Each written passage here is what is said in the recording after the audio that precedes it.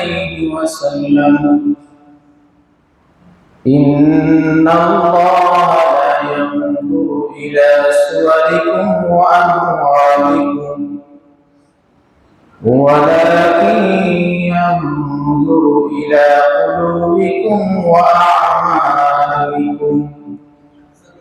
أو كما قال النبي عليه الصلاة والسلام.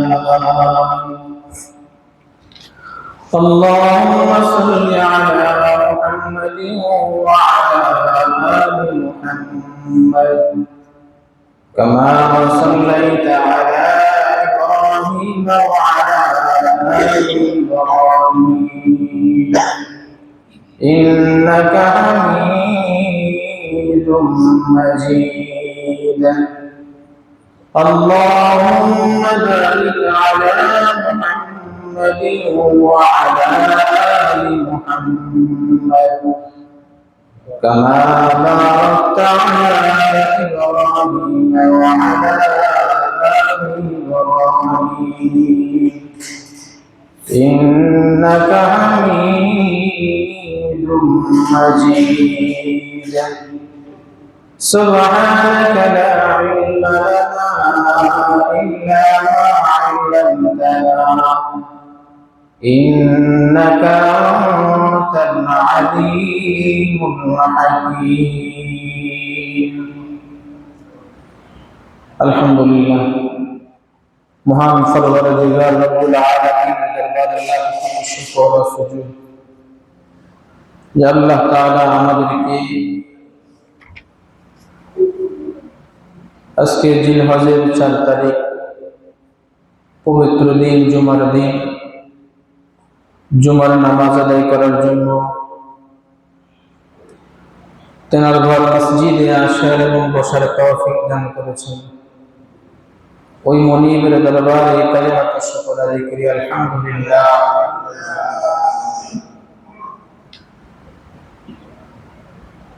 আজকে যেহেতু জিলহজের 4 তারিখ,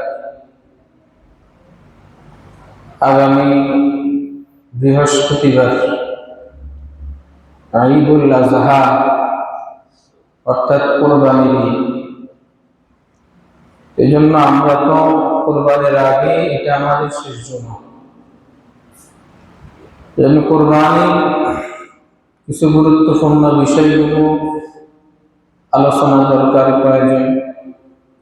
এই জন্য আমরা এই জুমায় কোরবানির মাসালা সমূহ আমরা আলোচনা করব। কারণ যেহেতু কোরবানি করব আমরা, কোরবানি সম্পর্কে আমাদের জানা থাকা তো অবশ্যই দরকার। এই বিষয়গুলো প্রয়োজনীয় আমাদের জন্য। তো এই জন্য এই বিষয় নিয়ে আজকে কথা বলবো। আল্লাহ তাআলা তৌফিক দান করেন। সর্বপ্রথম যে বিষয়টা, কোরবানি এটা গুরুত্বপূর্ণ একটা ইবাদত, ওয়াজিব ইবাদত।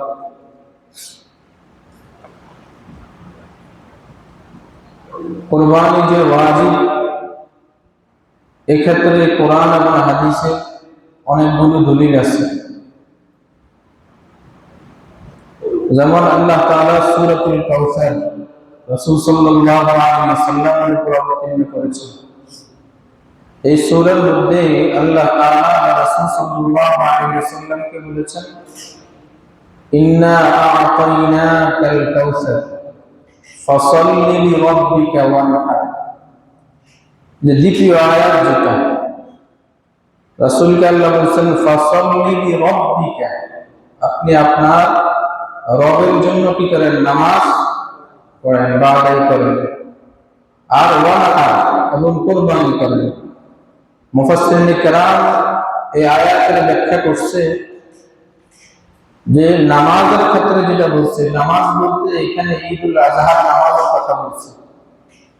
আর কোরবানি যে বিষয়টা কথা বলছে, এটা হলো কোরবানি করার জন্য আল্লাহ রাসূলকে আল্লাহ তাআলা কি দিয়েছেন? নির্দেশ দিয়েছেন।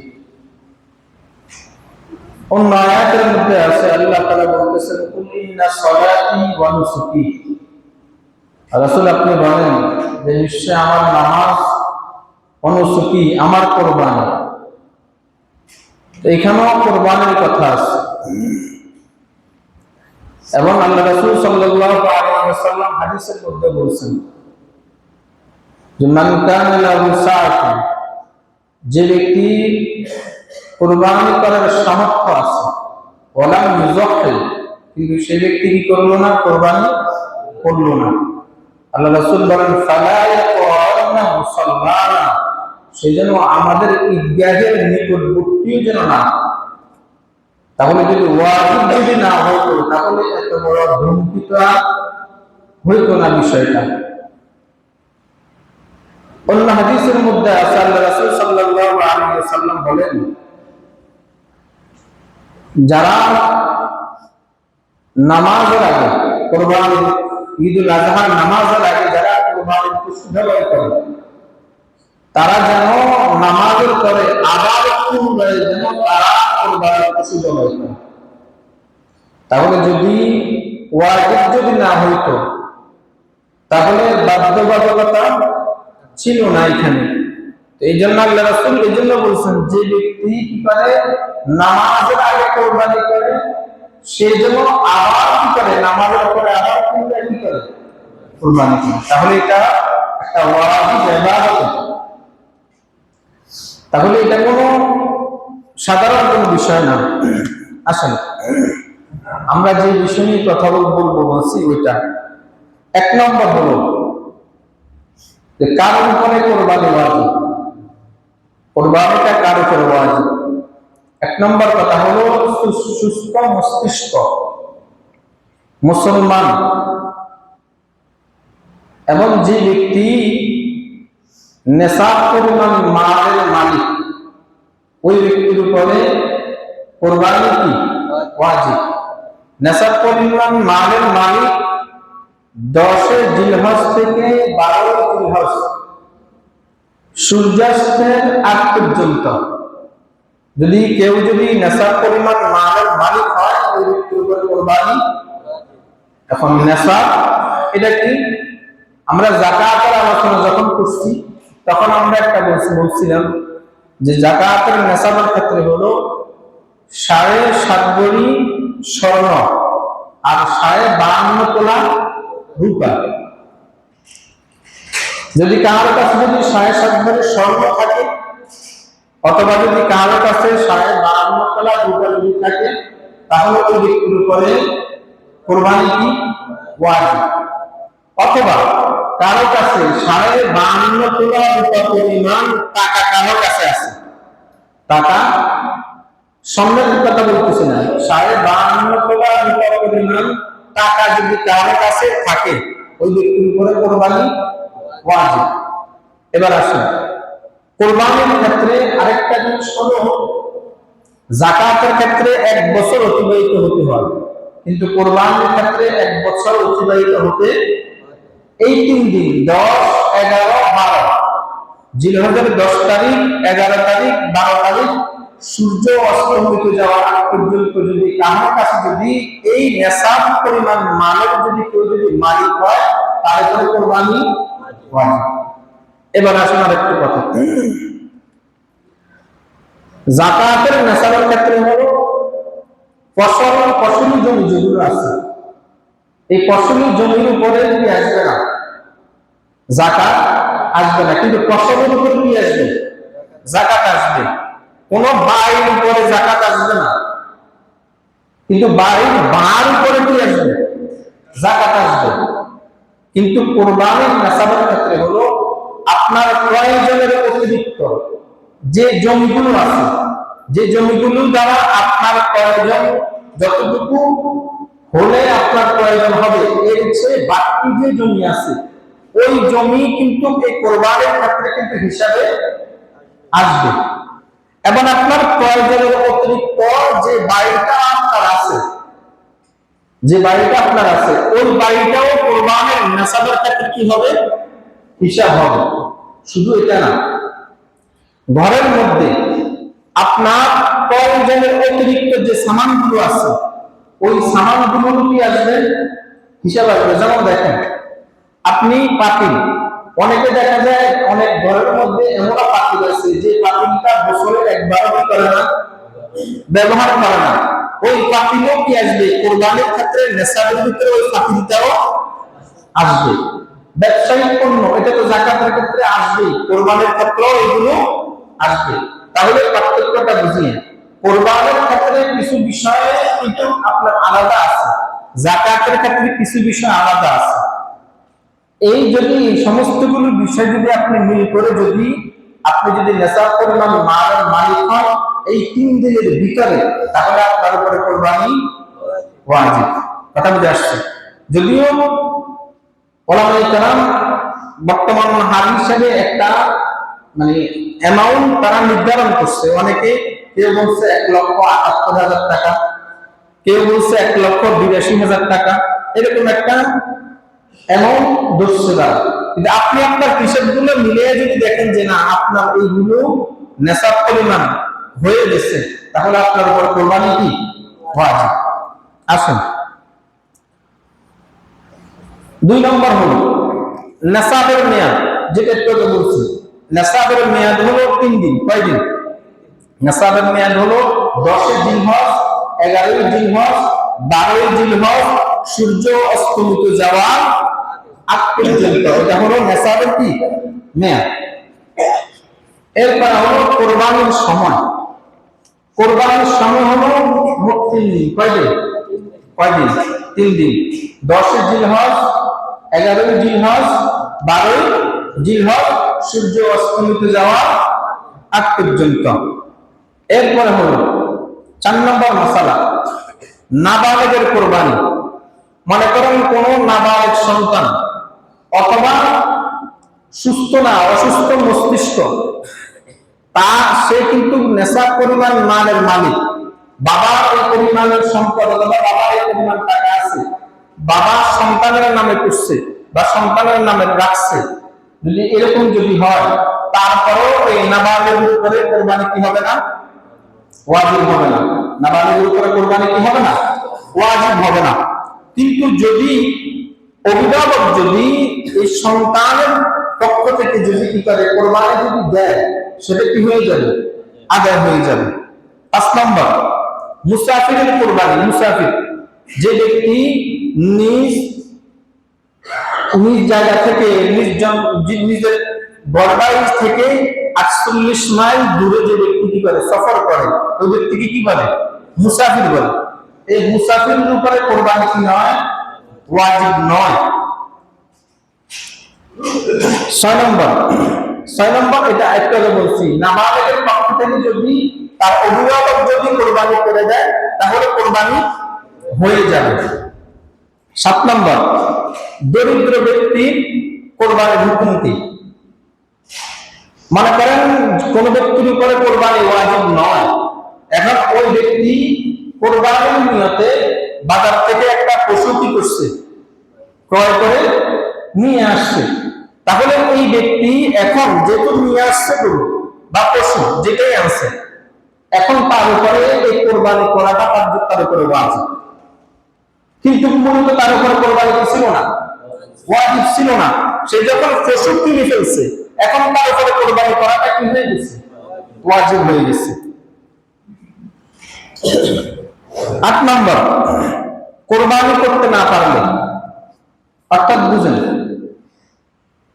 কোন ব্যক্তির উপরে কোরবানি ওয়াজিব, কিন্তু কোরবানির যে নির্দিষ্ট যে সময়, কয়দিন? 3 দিন। এই 3 দিনের ভিতরে ব্যক্তি কি করতে পারলো না? কোরবানি করতে পারলো না, তাহলে তার হুকুম কি? 1 নম্বর কথা হলো ব্যক্তি কি করে নাই? কোরবানির পশু কিনে নেয়। কোরবানির পশু কিনে নেয়, 3 দিন অতিবাহিত হয়ে গেছে। এখন এই ব্যক্তি কি করবে?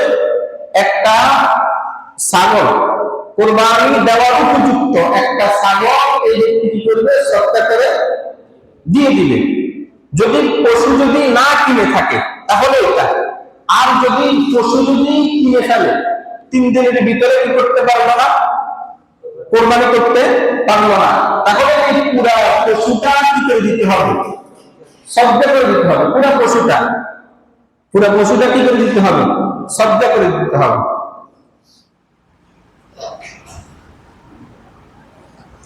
9 নম্বর,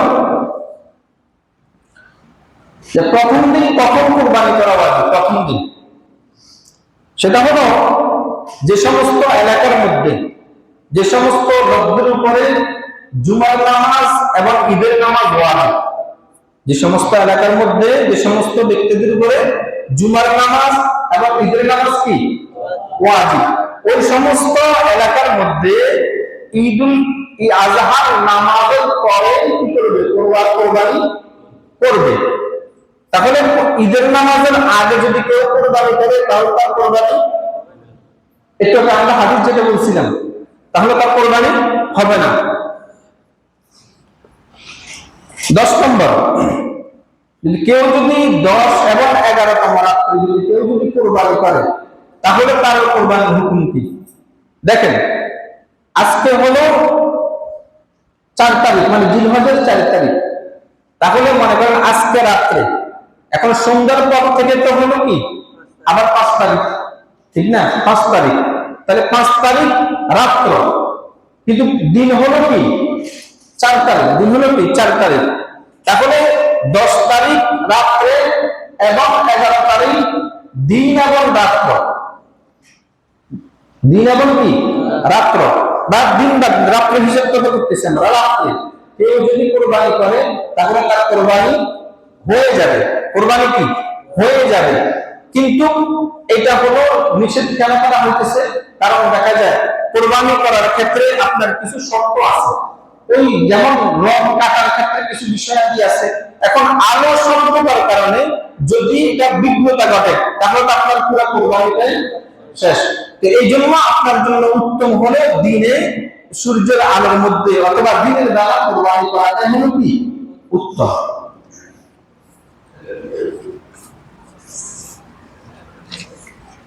এবার আসুন,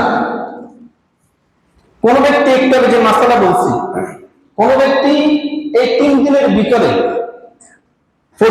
পশু ক্রয় করছে, কিনছে পশু, কিন্তু এই 3 দিনের ভিতরে কোরবানি করতে পারে নাই, কোরবানি পশু জবাই করতে পারে নাই। এখন 3 দিন পরে এই ব্যক্তি কি করছে, এই ব্যক্তি কোরবানির পশু কি করছে, জবাই করছে। তাহলে এখন এই যে জবাই করছে এটার হুকুম কি হবে? প্রথম কথা হলো ওই ব্যক্তির যেহেতু সময় ছিল 3 দিন, 3 দিনের বাহিরে যেহেতু চলে গেছে, এখন তো এই পশুটা এখন যেহেতু জবাই করছে, তাহলে এই জবাইকৃত পশু এবং বস্তুগুলো কি করবে? মাসালা হলো এই বস্তুগুলো পরিপূর্ণটা সৎকা করে দিয়ে দিবে, পরিপূর্ণ বস্তু কি করবে?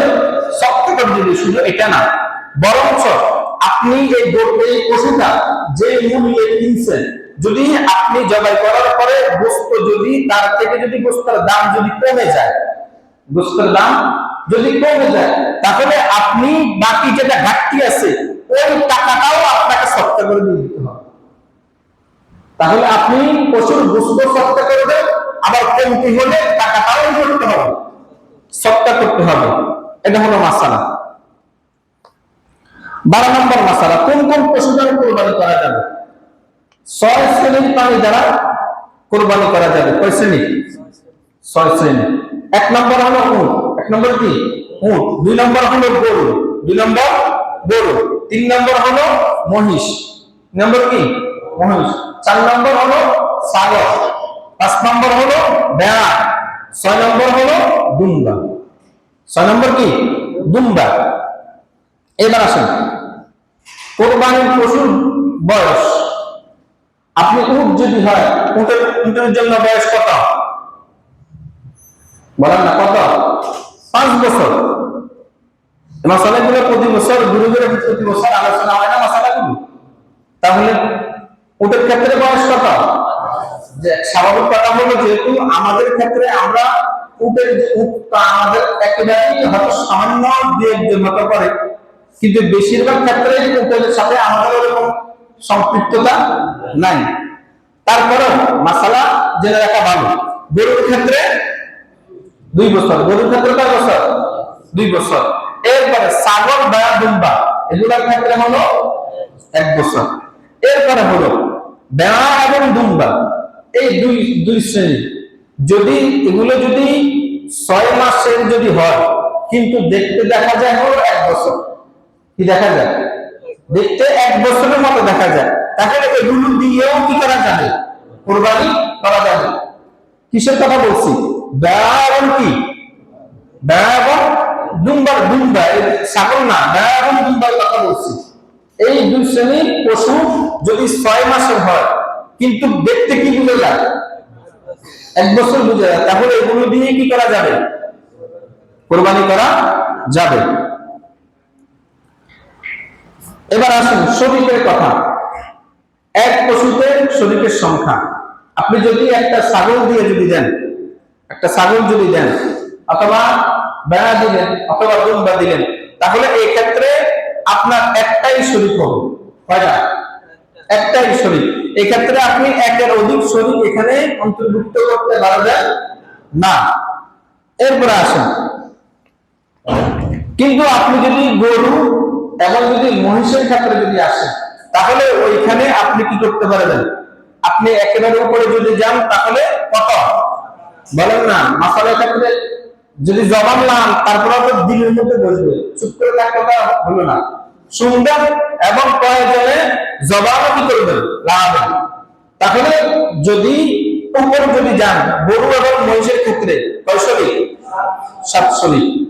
কথা বলে আসছেন, 7 শরীকে কুরবানি করা যাবে।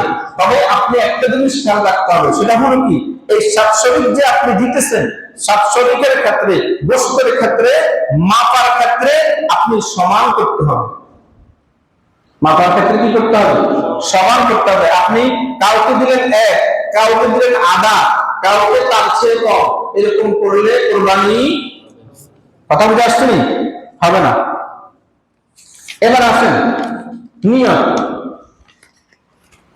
কোন ব্যক্তি যদি আপনি যে শরীকানা কুরবানি দিতেছেন, এই শরীকানা কুরবানির ক্ষেত্রে যদি কারো যদি নিয়ত যদি গলত হয়, আল্লাহর জন্য কুরবানি দিতেছে না, গোশত খাওয়ার জন্য কুরবানি দিতেছে, অথবা অন্য কোনো উদ্দেশ্যে মানুষকে দেখানোর উদ্দেশ্যে কুরবানি দিতেছে, অথবা ছেলে মেয়ে বিবাহ দিছি, বিবাহ করাইছি, যদি কুরবানি না দিই ছেলে মেয়ে শ্বশুর বাড়ির লোকেরা কি বলবে, এই উদ্দেশ্য নিয়ে যদি আপনি কুরবানি দেন এবং ওই শরীক যদি আপনার সঙ্গে যদি হয়, তাহলে কিন্তু বুঝিয়ে খবর আছে। কথা বুঝছেন? এই জন্য শরীক নেওয়ার ক্ষেত্রে কি করা? যাচাই বাছাই করা। শরীক নেওয়ার ক্ষেত্রে কি করা? যাচাই বাছাই করা। এই জন্য প্রত্যেকটা ব্যক্তি তার নিয়ত যেটা হবে, আল্লাহ তাআলা তাকে প্রতিদান ওইভাবে দিবেন। যেমন আল্লাহ রাসূল বলেছেন, ইন্নামাল আমালু বিন্নিয়াত ওয়া ইন্নামা লিকুল্লি ইমরিইন মা নাওয়া। আল্লাহ রাসূল বলেন, প্রত্যেক ব্যক্তি সে যা নিয়ত করবে, মা নাওয়া, সে যা নিয়ত করবে তাকে তাই কি করা হবে? দেওয়া হবে। সে যা নিয়ত করবে তাই দেওয়া হবে। এই জন্য আল্লাহ তাআলা কিন্তু আপনার দিলের দিকে তাকায়, দিলের দিকে তাকায়। আমরা খুতবার মধ্যে যে হাদিস পড়ছি, আল্লাহ রাসূল বলেন, ইন্নাল্লাহা লা ইয়ানজুরু ইলা সুওয়ারিকুম ওয়া আমওয়ালিকুম। নিশ্চয় আল্লাহ তাআলা মানুষের চেহারা, মানুষের সম্পদের দিকে আল্লাহ তাআলা কি করেন না? তাকান না। ওয়ালাকিন ইয়ানজুরু ইলা কুলুবিকুম ওয়া আমালিকুম। কিন্তু আল্লাহ তাআলা তোমাদের অন্তর এবং তোমাদের আমলের দিকে আল্লাহ তাআলা কি করেন? এজন্য আল্লাহ তাআলা কোরআন মাজিদের মধ্যে বলেন, আল্লাযী খালাকাল মাউতা ওয়াল হায়াতা লিয়াবলুয়াকুম আইয়ুকুম আহসানু আমালা। লিয়াবলুয়াকুম, আমি তোমাদেরকে পরীক্ষা করব। কিসের পরীক্ষা করব আল্লাহ তাআলা? আইয়ুকুম আহসানু আমালা, যে তোমাদের মধ্যে কে সুন্দর উত্তম আমল করে এটা দেখব। তাহলে আমল এবং নিয়ত, আপনার দিলের দিকে আল্লাহ তাআলা তাকিয়ে থাকেন। এইজন্য আল্লাহ বলেন, লা ইয়ানালুল্লাহু লুহুমুহা ওয়ালা দিমাউহা ওয়ালাকিন ইয়ানালুহু তাকওয়া মিনকুম। আল্লাহ তাআলার কাছে লা ইয়ানালুল্লাহ, আল্লাহ তাআলার কাছে কোশ্চেন করা হচ্ছে না। আল্লাহ তাআলা লাম তাকিদ দিয়ে বলতেছে এখানে, কখনো কি করে না? পৌঁছানো আল্লাহ তাআলার কাছে। কি পৌঁছানো? লা ইয়ানালুল্লাহু লুহুমুহা, তোমাদের কুরবানিকৃত পশুর গোশত আল্লাহ তাআলার কাছে কি করে না? পৌঁছে না। ওয়ালা দিমাউহা, এই কুরবানিকৃত পশুর রক্ত তোমাদের আল্লাহ তাআলার দরবারে পৌঁছে না। কিন্তু ওয়ালাকিন ইয়ানালুহু তাকওয়া মিনকুম, কিন্তু আল্লাহ তাআলার কাছে পৌঁছে একটা জিনিস, তাকওয়া, যেটা ওই জিনিসটা আল্লাহ তাআলার কাছে পৌঁছে। এবং আল্লাহ তাআলা তাকওয়াটাই আল্লাহ তাআলা চান। কারণ আল্লাহ তাআলার কাছে তাকওয়াবান ব্যক্তি আল্লাহ তাআলার কাছে বেশি সম্মানিত। ইন্না আকরামাকুম ইনদাল্লাহি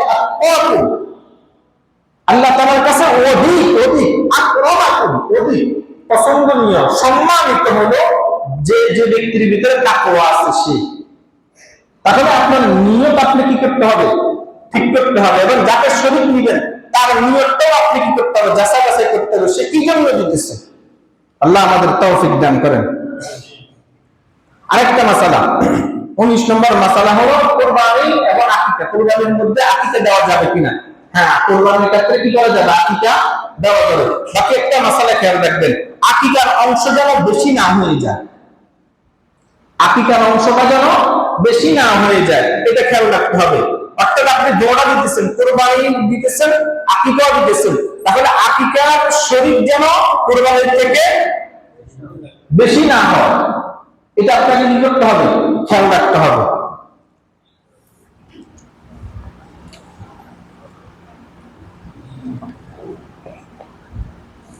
এবার আসেন আরেকটা গুরুত্বপূর্ণ মাসালা, সেটা হলো যদি আপনার শরীকানা যারা আছে, 20 নম্বর মাসালা, শরীকানা যারা আছে এদের মধ্যে যদি সব যেটা দিয়ে সে কোরবানি করে উপার্জিত সম্পদ, উপার্জিত টাকা যদি হারাম হয়, অর্ধেক হারাম অথবা পুরাটা হারাম যদি এমন হয়, তাহলে তারটাও গেছে, বাকি শরীকওয়ালাদেরটাও গেছে। একটা কথা হলো আপনি জানেন না, এটা বুঝিয়েন। এক নম্বর কথা হলো আপনি জানেন ব্যক্তি সে হালাল টাকা দিয়ে দিছে, এটা হলো এক বিষয়। আরেকটা জিনিস হলো আপনি জানেন এই ব্যক্তি টাকাটা হলো কি টাকা? হারাম টাকা, এটা আপনি জানেন। জানেন আপনি এই ব্যক্তির টাকাটা হারাম টাকা, জেনেও তাকে আপনি কি করছেন? নিজেদের সাথে শরীকে নিছেন। এই যখন নিবেন তখন তার কোরবানিটাও বরবাদ, আপনাদেরটাও বরবাদ। কথা বুঝে আসছে? এই জন্য আমি আমার হালাল উপার্জন, যেহেতু সন্তুষ্ট উদ্দেশ্য, কাকে সন্তুষ্ট করা বলেন না, কোরবানির উদ্দেশ্যটা হলো কি? আল্লাহকে কি বলেন? ইব্রাহিম আলাইহিস সালামের শিক্ষা কি? ওনাকে আল্লাহ তাআলা বলছেন যে সন্তানকে কোরবানি করার জন্য তিনি সন্তানকে বলছেন যে ইয়া ইন্নী আরা ফিল মানামি আন্নী আযবাহুকা ফানজুর মাযা তারা, যে আমি স্বপ্নে দেখেছি আমি তোমাকে কি করতেছি? কোরবানি করতেছি। ঠিক আছে, এই ক্ষেত্রে ফানজুর মাযা তারা, এই ক্ষেত্রে তোমার অভিমত কি? তোমার রায় কি? তোমার মতামত কি? বাবা সন্তানকে বলছেন, তো সন্তান বলছে ইয়া আবাতি ফাআল মা তুমার, হে আমার পিতা, আল্লাহ তাআলা আপনাকে যেটা আদেশ করছে, তুমার আপনাকে যেটা আদেশ করছে আপনি ওটা করেন। আপনি এটা কি করেন? সাতাজিদুনি ইনশাআল্লাহ মিনাস সাবিরিন, সাতাজিদুনি অবশ্যই অচিরেই আপনি আমাকে ধৈর্যশীলদের অন্তর্ভুক্ত আপনি আমাকে পাবেন। আল্লাহ বলেন, দেখেন আল্লাহ বলেন ফালাম্মা আসলামা, আল্লাহ বলেন তারা উভয়জন কি হয়ে গেছে? আত্মসমর্পণ হয়ে গেছে। উভয়জন আত্মসমর্পণ হয়ে গেছে। ওয়াকাল্লাহু লিল জাবিন, এবং সন্তানকে কাঁধ করে শোয়া দিছে। মানে কোরবানি করার জন্য সন্তানকে কি করছে? কাঁধ করে শোয়া দিছে। তাহলে দেখেন 86 বছর বয়সে সন্তান পাইছে, ওই সন্তানকে এখন আসিয়া কি করতেছে? কোরবানি করতেছে। যখন এই অবস্থা দেখছে তখন আল্লাহ তাআলা তাকে ডাক দিবেন, আল্লাহ তাআলা যে ইব্রাহিম কদ সাদ্দাকতা রুইয়া ইন্না কাযালিকা নাজজিল মুহসিনিন, যে তুমি তোমার স্বপ্নকে কি করেছো? সত্যায়ন করেছো, বাস্তব রূপ দিয়েছো তুমি। কিন্তু তুমি এটা মনে রাখো, ইন্না হাযা লাহুল বালাউল মুবিন, এটা হলো স্পষ্ট একটা পরীক্ষা। এটা কি পরীক্ষা?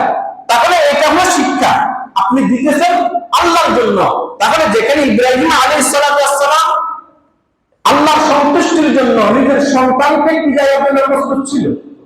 কোরবানি দেওয়ার জন্য প্রস্তুত। তাহলে এখানে তো আপনি নিজের সন্তানকেও দেওয়া লাগতেছে না, এখানে তো একটা পশুকে আপনি কোরবানি করবেন। তো এই ক্ষেত্রে তো আপনার দিনটা আরো বেশি আপনার দিকে ঝুঁকে দরকার ছিল, শুক্রিয়া তো বেশি আদায় করা দরকার ছিল। যদি ওই প্রচলনটা যদি জারি হয়ে যেত তাহলে বলেন কি অবস্থা হতো?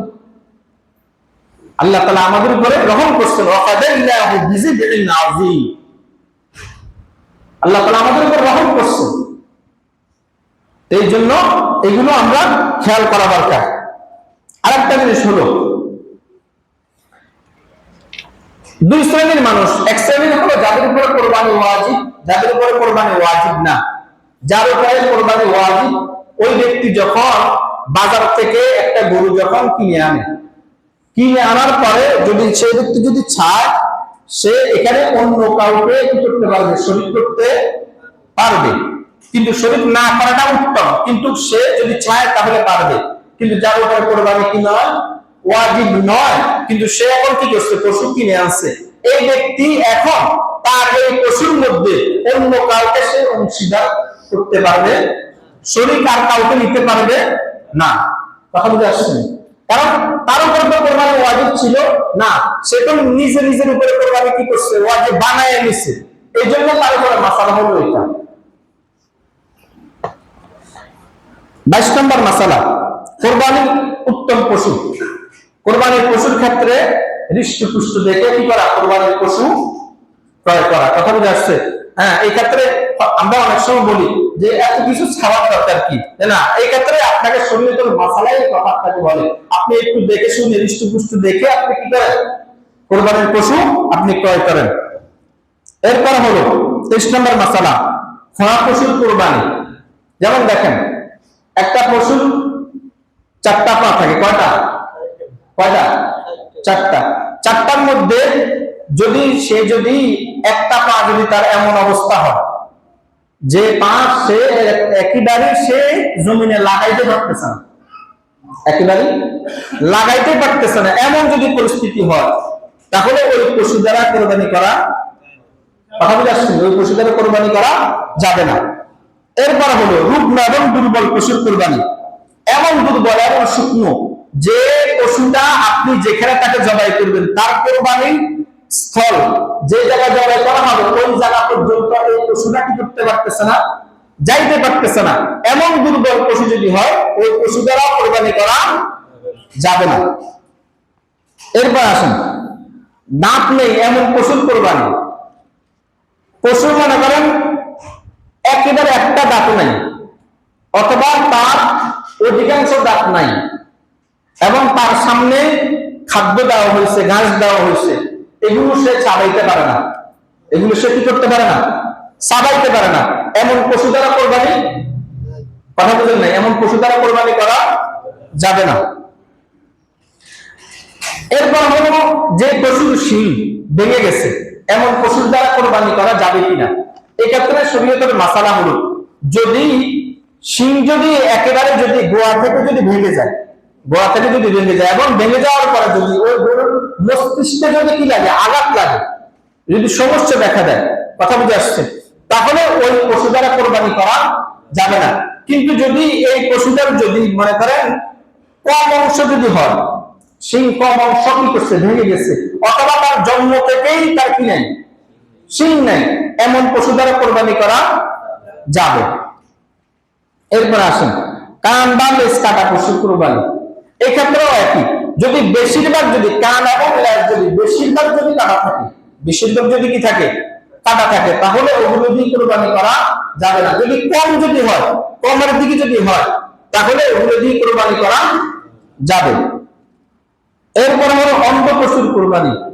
অন্ধ পশু দিয়ে কোরবানি করা কি জায়েজ নাই, কথা বুঝে আসছে? আরেকটা মাসালা, সেটা হলো পশু কেনার পরে পশু হারায় গেছে। এক্ষেত্রে ওই দুই শ্রেণীর মানুষ, এক শ্রেণী হলো যার উপরে কোরবানি ওয়াজিব, আরেক শ্রেণী হলো যার উপরে কোরবানি কি নয়, ওয়াজিব নয়, এই দুই শ্রেণীর মানুষ। তাহলে যে ব্যক্তি ধনী তার উপরে তো কোরবানি কি ওয়াজিব, তাহলে সে আবার কি করতে হবে, নতুন করে আবার একটা পশু ক্রয় করে সে কি করতে হবে, কোরবানি দিতে হবে। কিন্তু যার উপরে কোরবানি ওয়াজিব না, সে কোরবানির পশু কিনছে কিন্তু এখন কি করছে, হারায় গেছে, এখন তার উপরে আবার নতুন করে কিনে আবার কোরবানি করা তার জন্য শরীয়ত এতটুকু এত বড় চাপ শরীয়ত তার উপরে দেয় না। এই জন্য তাকে নতুন করে কি করতে হবে না, কিনে কোরবানি দিতে হবে না। এরপরে হলো গর্ভবতী পশুর কোরবানি। যেমন দেখেন, এই ক্ষেত্রে শরীয়তের একটা মাসালা হলো গর্ভবতী কোরবানি পশুর কোরবানি জায়েজ আছে, জবাইয়ের পর যদি বাচ্চা যদি জীবিত পাওয়া যায় তাহলে সেটাও কি করতে হবে, সেটাও জবাই করে দিতে হবে, কথা বুঝে আসছে, সেটাও কি করতে হবে। কিন্তু যদি কোরবানির এই যদি গর্ভবতী পশু যেটা যদি একেবারে গর্ভ যদি আসন্ন হয়, যে কোনো সময় বাচ্চা বছর হয়ে যায় এমন যদি হয়, কথা বুঝে আসছে, তাহলে ওই পশু দ্বারা কোরবানি করা মাকরুহ, বা ওই পশু দ্বারা কোরবানি করা কি মাকরুহ। এরপরে হলো 31 নম্বর, পশু কেনার পরে যদি দোষ দেখা দেয়, পশু কেনার পরে যদি দোষ দেখা দেয়, তাহলে এমন দোষ যে দোষের কারণে এই পশু দ্বারা কোরবানি করা যাবে না, হিসাব হলো এটা, এই পশু দ্বারা কোরবানি করা যাবে না, এমন দোষ যদি দেখা দেয়, তাহলে ওই যে ব্যক্তির উপরে কোরবানি ওয়াজিব, সে ব্যক্তি আবার নতুন করে পশু ক্রয় করে সে কি করবে, কোরবানি করবে। কিন্তু যার উপরে কোরবানি ওয়াজিব নয়, সে যদি কেনার পরে যদি দোষ দেখা দেয়, তাহলে ওই ব্যক্তি নতুন করে আর কোরবানির পশু কিনতে হবে না। পশুর বয়সের ক্ষেত্রে বিক্রেতার মূল্যায়ন দেখেন, আপনি যার কাছে পশু কিনতে চাইতেছেন, আপনি তাকে জিজ্ঞেস করছেন, বয়সের কথা জিজ্ঞেস করছেন, তো জিজ্ঞেস করছে আর সে বলছে যে আপনি কি করতে পারবেন, এটার বয়স বলছে, এটা দিয়ে আপনি কোরবানি দিতে পারবেন, কথা বুঝে আসছেন। এখন আপনিও দেখছেন, দেখার পরে দেখতেছেন না কি আছে, পশু এমন ঠিক আছে যে যেটা দিয়ে কোরবানি করা যাবে, তাহলে ওই পশু বিক্রেতার কথার উপর আপনি কি করতে পারবেন, বিশ্বাস করতে পারবেন, আপনি পারবেন এটা। এরপর হলো বন্ধা পশু, এটা দিয়ে কোরবানি করা যাবে। আরেকটা মাসালা হলো 34 নম্বর মাসালা, সেটা হলো নিজের কোরবানির পশু নিজে জবাই করা, মানে নিজের কোরবানির পশু নিজে কি করা, জবাই করা। যেমন আল্লাহ রাসূল সাল্লাল্লাহু আলাইহি সাল্লাম নিজের কোরবানির পশু নিজে জবাই করছেন না, করছেন। তো এই জন্য আমরাও আমাদের কোরবানির পশুটা নিজে কি করা, জবাই করা। এটা বিগত সময় থেকে এই কথাটা বলে আসছে, আপনাদেরকে এখনো বলি কথা, নিজের পশুটা নিজে জবাই করেন। অথবা আরেকটা জিনিস হলো, দেখেন আমরা দেখি পশু যখন আমরা কিনি, কেনার পরে আমরা অনেক সময় অনেকে দেখা যায় যে বাড়িতে আমরা পশুটা আনি না, পশুটা আনি হলো কোন দিন, হয়তো বা ঈদের আগের দিন আমরা কি করি, পশুটা আনি, আনার পরে তাকে গোসল টোসল করাই, ব্যাস এতটুকু। তাহলে আপনি যে পশু দিয়ে আপনি কোরবানি করবেন, এই পশুর প্রতি আপনার মহব্বত আর ভালোবাসা জন্মাবে। ইব্রাহিম আলাইহিস সালাম নিজের প্রিয় জিনিসটা কি দিয়েছেন, কোরবানি দিয়েছেন। তো এই জিনিসটা তো আপনার কাছে ছিলই না, আপনার এই পশুর প্রতি আপনার মহব্বত আর ভালোবাসার ধরন আপনার প্রত্যেকে জন্মাবে, ঠিক না? এই জন্য আমরা কম কষ্ট হবে এটা চিন্তা করে আমরা কি করি, যার থেকে কিনি তার বাড়িতে রাখি দিই, এবং তাকে আমরা কিছু খরচ আমরা তাকে কি করে দিই, ওই বাবদ খরচ দিয়ে দিই আমরা, কথা বুঝছেন। এটা না করে আপনি যদি এই কয়েকদিনে আপনি তাকে গোসল করাবেন, খাওয়া দাওয়া দিবেন, দেখবেন আপনি কয়েকদিন পালার পর দেখবেন অটোমেটিক আপনার তার জন্য দিনের মধ্যে একটা জায়গা অটোমেটিক তৈরি হয়ে যাবে, কথা বুঝে আসছে।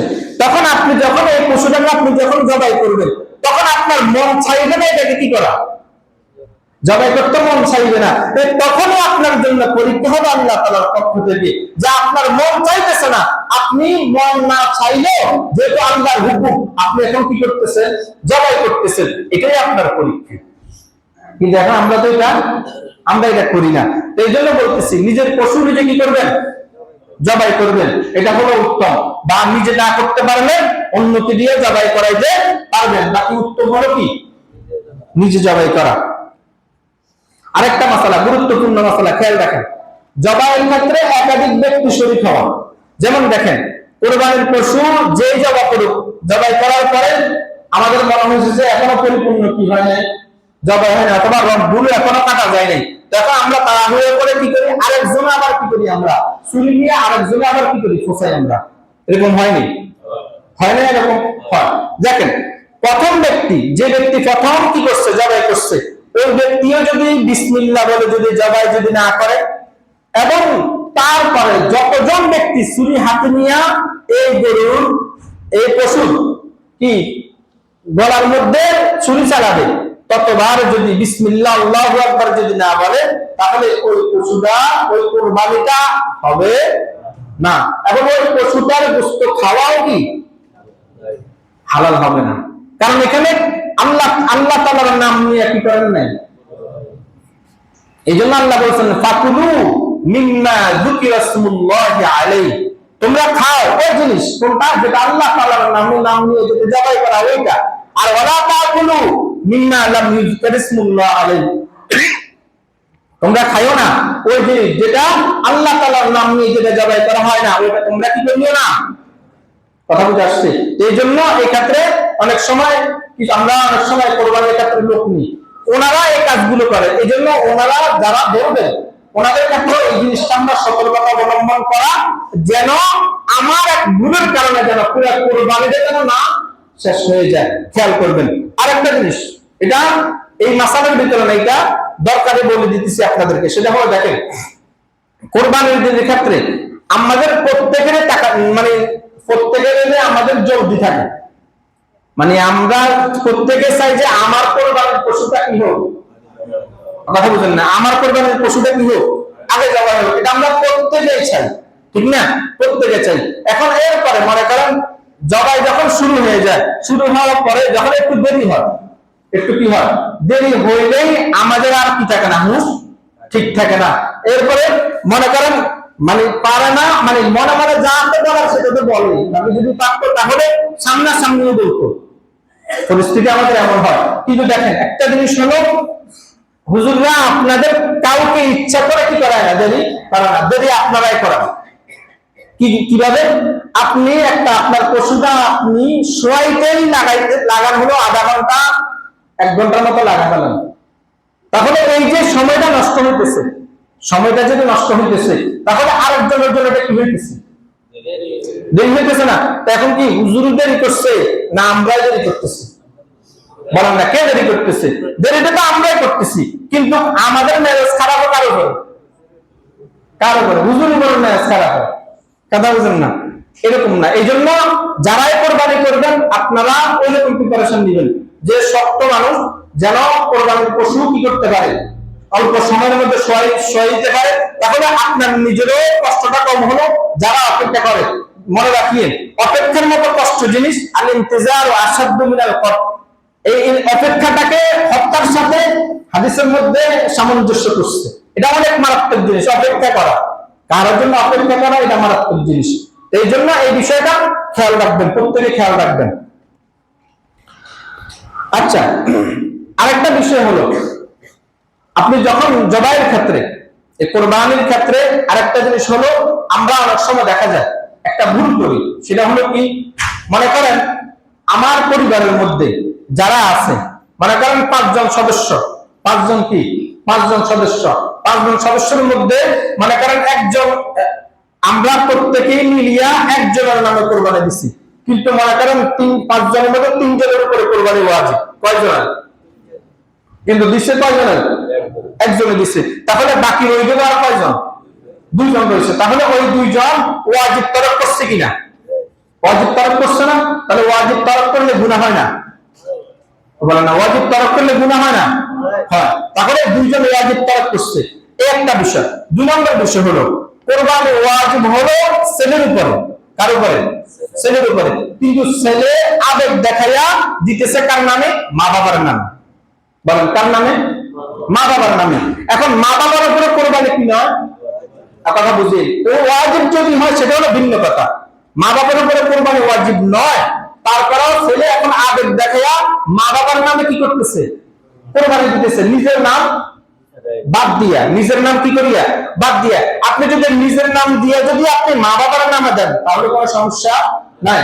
এখন আপনি নিজের নাম বাদ দিয়া মা বাবার নামে কোরবানি দিচ্ছেন, তাহলে আপনি যে আপনার উপরে যে কোরবানি ওয়াজিব, তাহলে আপনার কোরবানিটা কই? বলেন আপনার কোরবানিটা কই? তাহলে আপনার উপরে কই কোরবানিটা হয়ে গেছে না? এক। 2 নম্বর বিষয় হলো আমাদের দেশ থেকে যারা হজ করতে যায়, যারা কি করতে যায়? হজ করতে যায়, দেখেন তারা ওইখানে গিয়া হাজিদের একটা কোরবানি আসেনি? বলেন হাজিদের একটা কোরবানি আসেনি? আছে। এক। 2 নম্বর কথা হলো যখন এই ব্যক্তি যখন তার জন্মভূমি থেকে যখন চলে গেছে তখন ওই ব্যক্তি কি? বলেন এই ব্যক্তি কি? এখন মুসাফিরের সংজ্ঞা বুঝতে হবে। এখন এই ব্যক্তি ওইখানে কয়দিনের জন্য থাকতে গেছে? কয়দিন? মুসাফিরের বয়স সীমা হলো 15 দিন, তাহলে 15 দিনের পরে যদি ওই ব্যক্তি যদি ওখানে থাকে, তাহলে ওই ব্যক্তি কি মুসাফির আছে? ওই ব্যক্তি কি হয়ে গেছে? মুকিম। বলেন কি হয়ে গেছে? মুকিম হয়ে গেছে। তাহলে এই ব্যক্তির উপরে যদি কুরবানি যদি ওয়াজিব হয়, তাহলে এই ব্যক্তি আবার কি করতে হবে? কুরবানি। একটা হলো আপনি হজের কুরবানি দিচ্ছেন, পশু জবাই করছেন, সেটা হলো এক বিষয়, কিন্তু আপনার উপরে কুরবানি ওয়াজিব, এখন আপনি আবার কি করতে হবে? কুরবানি। কিন্তু এই ভুলটা আমাদের অনেকের হয়, এটা অনেকের হয়, মাসালা না জানা থাকার কারণে, অথবা তাদের যারা আছে তারা একটা দিয়ে কি করে? একটা দিয়ে সারাই দেয়। এই জন্য এই বিষয়গুলো আমরা খেয়াল রাখবো। আর শুরুতে বলছি, কুরবানির ক্ষেত্রে আমরা নিয়তকে একেবারে পরিশুদ্ধ করবো। আমাদের নিয়তের ক্ষেত্রে যেন কোনো গরমিল যেন না হয়। উদ্দেশ্য একমাত্র, ভাই আপনি যদি আল্লাহর জন্য উদ্দেশ্য করেন, বস্তুটা আপনি খাবেন না, বস্তুর বাইরে চলে যাবেন। বস্তু আপনি খাবেন না, বস্তু তো খাবেন। এরপরে আসেন আরেকটা জিনিস হলো, চামড়ার ক্ষেত্রে একটা কথা বলি। চামড়া যদি আপনি নিজে রেখে দেন, এটা দিয়ে আপনি কোনো জিনিস তৈরি করবেন, সেটা আপনি কি করতে পারবেন। আর যদি অথবা আপনি যদি চামড়া পাকায় খান, সেটাও পারবেন। কিন্তু যদি আপনি চামড়া বিক্রি করেন, বিক্রিত ওই টাকাটা আপনি খেতে পারবেন। ওটা কি করতে হবে? ওটা সৎকা করে দিতে হবে। এটা কি করতে হবে? সৎকা করে দিতে হবে। এখন দেখেন, এই জন্য এখন আমাদের দেশের মধ্যে সহজের জন্য মাদ্রাসাগুলোর মধ্যে বিভিন্ন এতিম অসহায় ছাত্ররা কি করে? পড়ালেখা করে। তাদের খরচের একটা ভাগ এতিমখানা থেকে একটা ভাগ তাদের পড়ালেখার খরচের ভিতরে যায়। তো স্বাভাবিক কথা হলো, আমরা তো সৎকা করবো কাকে? সৎকাটা এই সমস্ত মানুষগুলো রেখে দিব। তো এই জন্য মাদ্রাসাগুলো থেকে আমাদের কাছে কোরবানির সময় চামড়ার জন্য আসেনি? আসে, মাদ্রাসা থেকে আসে। এই জন্য আমি স্বাভাবিক হলো, এখন তো কোরবানির চামড়ার যে পরিমাণ দাম, আর আপনি এই কোরবানির চামড়া নিজেও তো কি করতে পারবেন না, রাখতে পারবেন না। আর এই চামড়ার টাকাটা তো আপনি কি করতে পারবেন না, খেতে পারবেন না। তাহলে আপনার কাছে রেখে দেওয়ার তো কোনো প্রয়োজন নাই। এই জন্য মাদ্রাসা থেকে যখন যাবে, তখন আপনি কি করবেন? চামড়াটা মাদ্রাসায় দিবেন। যেমন আমাদের এই আত্রাফের ভিতরে আমাদের এই মাদ্রাসা থেকে কোরবানির চামড়া উঠানো হয়, কথা বুঝলেন না? উঠানো হয় মাদ্রাসা থেকে যারাই যায়, কথা বুঝে আসছেন? আপনারা কি করবেন? মাদ্রাসায় চামড়াটা দিয়ে দিবেন। শুনেন, আর একটা জিনিস হলো, আমরা অনেক সময় দেখা যায় অনেক কথাগুলো আমরা অনেক সময় বলে থাকি, এমন কথা আমরা উচ্চারণ করি যেটা আসলে উচ্চারণ করা ঠিক নয়। আমি পারলে দিব, না পারলে দিব না, কিন্তু আমি এর চেয়ে বাড়তি কোনো কথা বলার আমার কোনো অধিকার।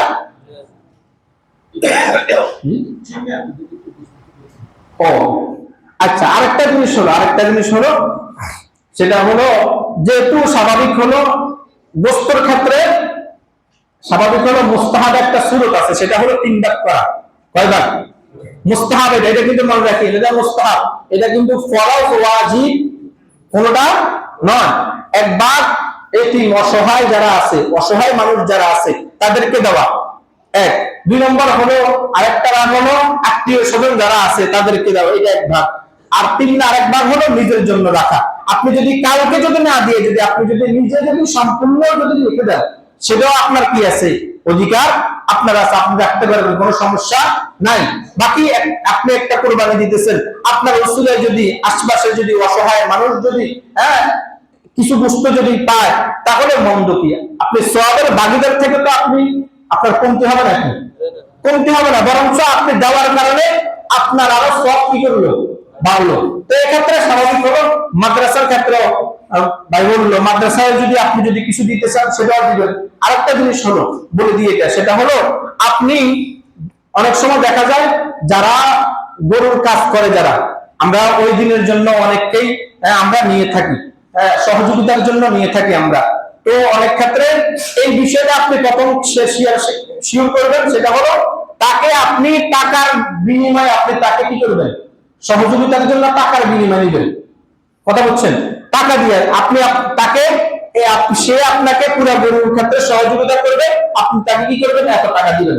এটা 2 নম্বর কথা হলো, আপনি কাজ করার পরে যদি আপনি যদি নিজ খুশিতে যদি আপনি তাকে যদি আপনার ভাগ থেকে যদি আপনি কিছু বস্তু যদি দেন, সেটা হলো আপনার ইচ্ছা, কথা বুঝে আসছেন? আপনি খুশি হয়ে আপনি তাকে দিলেন, সেটা হলো ভিন্ন কথা। কিন্তু আপনি পারিশ্রমিক হিসেবে যদি আপনি কি করেন, তাকে বস্তু দেন, এটা জায়েজ, এটা জায়েজ হবে না। বুঝিয়ে এটা কি হবে না, জায়েজ হবে না। এই জন্য এই বিষয়গুলো আমরা খেয়াল রাখবো।